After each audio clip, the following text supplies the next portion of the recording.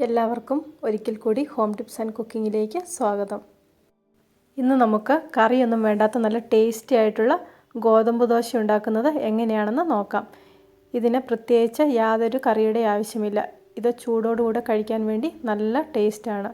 ഇനി ഇത് എങ്ങനെയാണ് ഉണ്ടാക്കുന്നതെന്ന് നോക്കാം. ഒരു പാനിലേക്ക് വളരെ കുറച്ച് വെളിച്ചെണ്ണ ചേർത്ത് കൊടുക്കുന്നുണ്ട്. നിങ്ങൾക്കിഷ്ടമുള്ള ഏതെണ്ണയും ഇതിനു വേണ്ടിയിട്ട് ഉപയോഗിക്കാം. എണ്ണ ചൂടാകുമ്പോൾ ഇതിലേക്ക് കുറച്ച് ചെറിയുള്ളി അരിഞ്ഞതും പച്ചമുളക് ചെറുതായിട്ട് അരിഞ്ഞതും കൂടെ ചേർത്ത് കൊടുക്കാം. ഒരു ചെറിയ പച്ചമുളകാണ് ഇവിടെ എടുത്തിരിക്കുന്നത്. ഇതുപോലെ ചേർക്കുന്നതിന് ചെറിയുള്ളിയാണ് നല്ലത്. ചെറിയുള്ളിയാണെങ്കിൽ ടേസ്റ്റും കൂടുതലാണ്, തീരെ ചെറുതായിട്ട് കിടക്കുകയും ചെയ്യും. സവോളയാകുമ്പം കുറച്ച് വലുപ്പത്തിലായിട്ട് ഇരിക്കും. എരിവ് കൂടുതൽ വേണ്ടവർക്ക് ഒരു മുളകും കൂടി എടുക്കാം. ഉള്ളി ഈ ഒരളവിൽ എടുക്കുന്നതാണ് നല്ലത്. ചെറുതായിട്ടൊന്ന് വഴന്നു വരുമ്പോൾ ഇതിലേക്ക് 1/2 സ്പൂൺ ജീരകം ചതച്ചതും കൂടെ ചേർത്ത് കൊടുക്കാം. ചെറുതായിട്ടൊന്ന് ഇളക്കിയതിന് ശേഷം തീ ഒന്ന് ഓഫ് ചെയ്ത് വെക്കാം.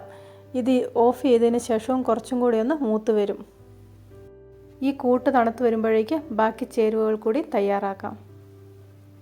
ദോശ ഉണ്ടാക്കുന്ന ബാറ്ററിലേക്ക് കുറച്ച് മല്ലിയില കൂടെ ചേർക്കുന്നുണ്ട്. മല്ലിയില ചേർക്കാത്തവർ ഈ ഒരു കൂട്ടുണ്ടാക്കുന്ന സമയത്ത് ഇതിലേക്ക് കുറച്ച് കറിവേപ്പില അരിഞ്ഞത് ചേർത്ത് കൊടുക്കാം. ദോശ ഉണ്ടാക്കുന്ന ബാറ്ററിന് വേണ്ടി 1.5 കപ്പ് ഗോതമ്പ് പൊടി ഒരു പാത്രത്തിലേക്ക് മാറ്റുന്നുണ്ട്. ആവശ്യത്തിനുള്ള ഉപ്പും കൂടെ ചേർത്ത് കൊടുക്കാം. ഇത് 1 സ്പൂൺ പഞ്ചസാരയാണ്. പഞ്ചസാര ഒന്ന് മിക്സ് ചെയ്തതിന് ശേഷം ബാക്കി ചേരുവകൾ ചേർത്ത് കൊടുക്കാം. ഇതിലേക്ക് 2 മുട്ട കൂടെ ചേർത്ത് കൊടുക്കുന്നുണ്ട്. മുട്ട വേണ്ടാത്തവർക്ക് ഈ മുട്ട ഒഴിവാക്കാം. ഇനി വഴറ്റി വെച്ചിരിക്കുന്ന കൂട്ടുകൾ ഇതിലേക്ക് ചേർത്ത് കൊടുക്കാം. കുറച്ച് മല്ലിയിലയും കൂടി ഇതിലേക്ക് ചേർത്ത് കൊടുക്കുന്നുണ്ട്. മല്ലിയിലയുടെ ടേസ്റ്റ് ഇഷ്ടമില്ലാത്തവർക്ക് ഉള്ളിയൊക്കെ വഴറ്റുന്ന സമയത്ത് കുറച്ച് കറിവേപ്പില ചെറുതായിട്ട് മുറിച്ചത് ചേർത്ത് കൊടുത്ത് അതും കൂടി ഒന്ന് വഴറ്റി ഇതിലേക്ക് ചേർത്ത് കൊടുക്കാം. ആവശ്യത്തിനുള്ള വെള്ളവും ചേർത്ത് ഇത് നന്നായിട്ട് മിക്സ് ചെയ്തെടുക്കാം. സാധാരണ ഗോതമ്പ് ദോശയുടെ പരുവം എല്ലാവർക്കും അറിയാമല്ലോ. ആ ഒരു കൺസിസ്റ്റൻസിയിൽ ഇതൊന്ന് മിക്സ് ചെയ്തെടുക്കാം. ഏകദേശം 1.5 കപ്പ് വെള്ളം ഇതിലേക്ക് ചേർത്ത് കൊടുക്കുന്നുണ്ട്. കുറച്ചും കൂടി കൂടുതൽ ചേർത്ത് കൊടുത്താലും കുഴപ്പമൊന്നുമില്ല. ഈ ഒരു പാകത്തിലാണ് മിക്സാക്കി വരുമ്പോൾ കിട്ടുന്നത്. ബാറ്റർ ഇവിടെ റെഡി ആയിട്ടുണ്ട്. ഇനി ദോശക്കല്ലിലേക്ക് കുറച്ച് നെയ്യോ എണ്ണയോ ഒഴിച്ചു കൊടുക്കാം. അതിനുശേഷം കൂട്ട് ഇതുപോലെ റൗണ്ട് ഷേപ്പിലൊന്ന് പരത്തിയെടുക്കാം.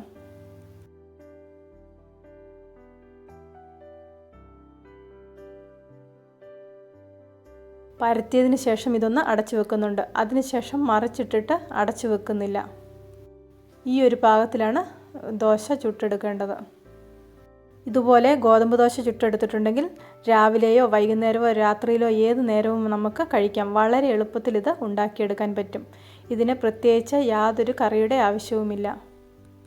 എല്ലാവരും ഒരു പ്രാവശ്യമെങ്കിലും ഇതുപോലെ ഒന്നുണ്ടാക്കി നോക്കണം. നിങ്ങൾക്ക് ഇതിൻ്റെ ടേസ്റ്റ് നന്നായിട്ട് ഇഷ്ടപ്പെടും. വളരെ എളുപ്പത്തിൽ ഉണ്ടാക്കാൻ പറ്റുന്ന ഒരു റെസിപ്പിയാണ് ഇത്.